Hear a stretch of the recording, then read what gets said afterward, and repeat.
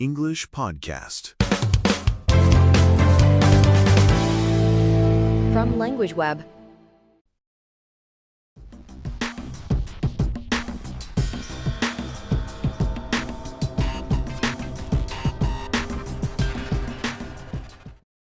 Hey everyone, welcome back to LangWidge Web, the place where English learners around the world come to improve their English with confidence, motivation, and real-life strategies. Hello, everybody. I'm Maria. And I'm Tom. We're super excited to have you back with us today because this episode might completely change the way you learn English. Seriously, today's topic is something every English learner experiences: the biggest English mistakes ESL learners make. And don't worry, this is not about embarrassing grammar mistakes. Exactly. We're talking about the hidden mistakes that secretly slow down your fluency, confidence, and speaking ability for years. The scary part? Most learners don't even realize they're making them.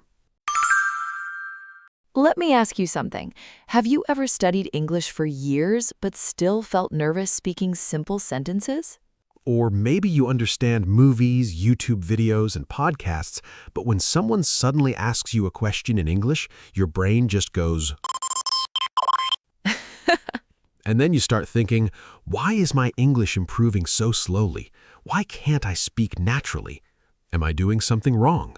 The answer is probably yes. But don't panic, because most ESL learners around the world are making the exact same mistakes. And today, we're exposing those mistakes one by one. And more importantly, we'll show you exactly how to fix them.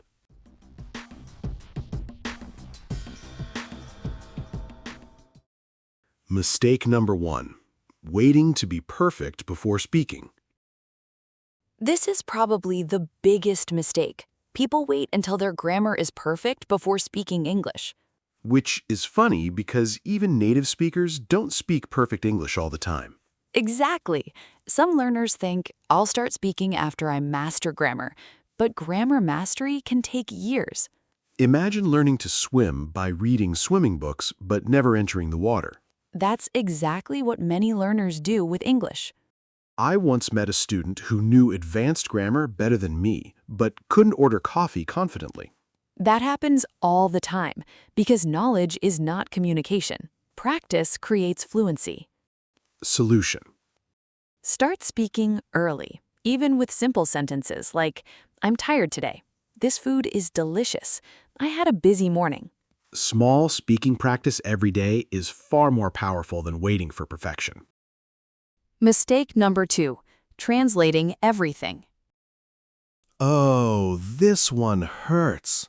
Many learners think in their native language first, then translate into English. Which makes conversations slow and stressful. Your brain becomes overloaded. Example, someone asks, what did you do this weekend? And inside your head, first translate the question, build grammar, search vocabulary, translate response, panic, forget everything. And suddenly you answer, yes. Solution. Train yourself to think directly in English. Start small. Name objects around you. Describe your actions. Talk to yourself in English. Your brain needs direct English connections, not translation highways. Mistake number 3. Focusing too much on grammar. Now, grammar is important, but some learners become grammar prisoners. Every sentence becomes a math equation. They can't relax while speaking because they're checking grammar every second. Have you ever started a sentence confidently and then halfway through thought, wait, is this present perfect or past simple? And then the sentence dies peacefully. Solution. Focus on communication first. Remember, clear communication beats perfect grammar. Fluency grows through usage. Grammar improves naturally with exposure. Mistake number 4. Learning random vocabulary. This mistake is huge. Some learners memorize difficult words they never actually use. Like photosynthesis, philosophical, or internationalization, but they struggle with actually, Maybe, by the way. Fluent English comes from common words used naturally. Solution. Learn high-frequency vocabulary first. Study phrases like, "That makes sense," "I'm just kidding," "What do you mean?"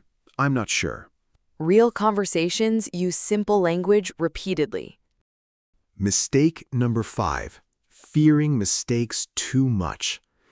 Fear destroys fluency. Many learners become silent because they're afraid of sounding wrong. But mistakes are part of language growth. Babies make thousands of mistakes while learning their first language. Nobody laughs at them. Well, unless the baby says something truly dramatic. Funny moment. My cousin once learned English and proudly said, "I am boring," instead of "I am bored." So everyone thought he was announcing his personality. Solution. Stop treating mistakes like disasters. Mistakes are feedback. Every mistake teaches your brain something valuable. Mistake number 6. Only studying, never using. This is extremely common. Learners watch lessons, read textbooks, take notes, but never actually use English actively. English is a skill, and skills improve through action. You cannot become fluent by studying passively forever. Solution. Use English daily. Speak, write, listen, shadow, think in English. Even 15 to 20 minutes daily matters. Consistency beats intensity. Mistake number 7. Comparing yourself to others. Social media makes this worse. Learners watch fluent speakers online and think, "My English is terrible." But you're comparing your beginner chapter to someone else's chapter 20. That's unfair. Some people learned English for 10 years, others for 6 months. Some have more opportunities. Some have native-speaking environments. Everyone's journey is different. Your progress is still progress. Never underestimate small improvements. Speak out loud every day, even if you're alone. Your mouth needs practice, not just your brain. Listen to natural English. Podcasts, interviews, YouTube videos, movies, these train your brain naturally. Learn phrases, not just words. Phrases help you sound more fluent instantly. Keep a small English journal. Write simple thoughts every day. Today was busy. I felt tired. I watched a movie. Simple writing improves thinking. Enjoy the process. If learning English feels like punishment, you'll quit emotionally. Find content you genuinely enjoy. So today we talked about the biggest mistakes ESL learners make.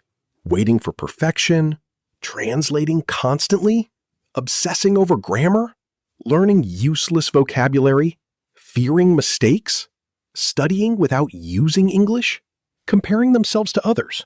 And remember, fluency is not about being perfect. It's about being comfortable communicating. Every mistake you make in English is proof that you are trying, learning, and moving forward. That's powerful. Because silent learners never improve. But brave learners do. Thank you so much for joining us today on the LangWidge Web Podcast. If this episode helped you, please like this video, subscribe to the channel, and hit the bell icon so you never miss another English learning episode. And tell us in the comments, which English mistake do you struggle with the most? We'd love to hear your experiences and stories. Until next time, keep learning, keep growing, and keep speaking English with confidence.